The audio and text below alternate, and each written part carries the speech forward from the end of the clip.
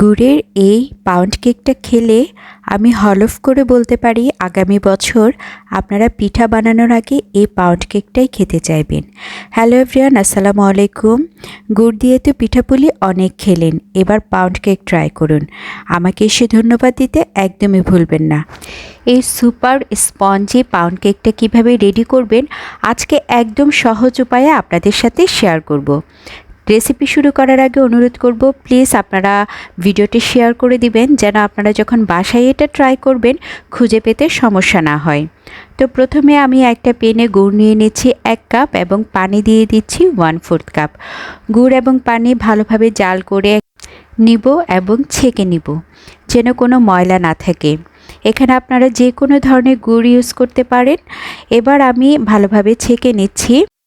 এরই মধ্যে বলে রাখি, যারা আমার ইউটিউব চ্যানেল থেকে দেখছেন প্লিজ চ্যানেলটা সাবস্ক্রাইব করে দিবেন।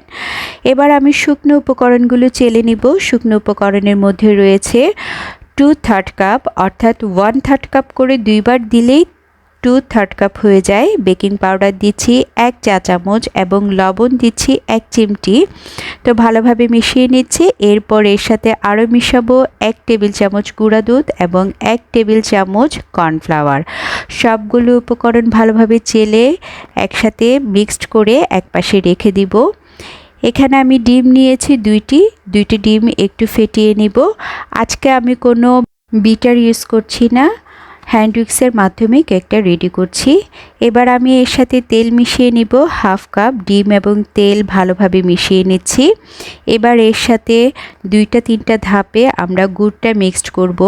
খুব ভালোভাবে মিক্সড করব যেন তেল, গুড় এবং ডিম ভালোভাবে মিশে একটা মসৃণ তরল ডো পাই।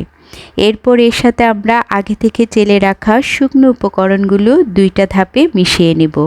শুকনো উপকরণগুলো এমনভাবে মিশাবো যেন কোনো ময়দার লাম্পস বা দলা না থাকে, একটা মসৃণ ব্যাটার যেন আমরা পাই। আজকের এই ডোটা একটু পাতলা হবে যেহেতু গুড় দিয়ে তৈরি করছি, আর এর বেকিং টাইমটা একটু বেশি লাগবে। সাধারণত আমরা যখন পাউন্ড কেক বানাই সেটা আমাদের 35 থেকে 40 মিনিটে হয়ে যায়, কিন্তু যখন গুড় দিয়ে আমরা পাউন্ড কেক বানাবো সেটা হতে প্রায় 1 ঘন্টা সময় লাগবে। তো এই জন্য আমি এখানে 2টা ফয়েল পেপার নিয়েছি।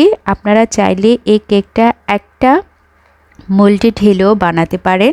তো সময় কম লাগার জন্য আমি 2টা ফয়েল পেপার ইউজ করেছি, মানে আমি আজকের মেজারমেন্টে 2টা কেক বানাচ্ছি। আর এরই মাঝে আমি আমার পাতিলটা প্রিহিট করার জন্য দিয়ে দিয়েছি। এরপরে আমি এখানে 40 মিনিট বেক করে নিয়েছি। আর দেখতে পাচ্ছেন আমার কেক একদমই রেডি। তো রেসিপিটা ভালো লাগলে অবশ্যই লাইক, কমেন্ট, শেয়ার করতে ভুলবেন না। আল্লাহ হাফেজ।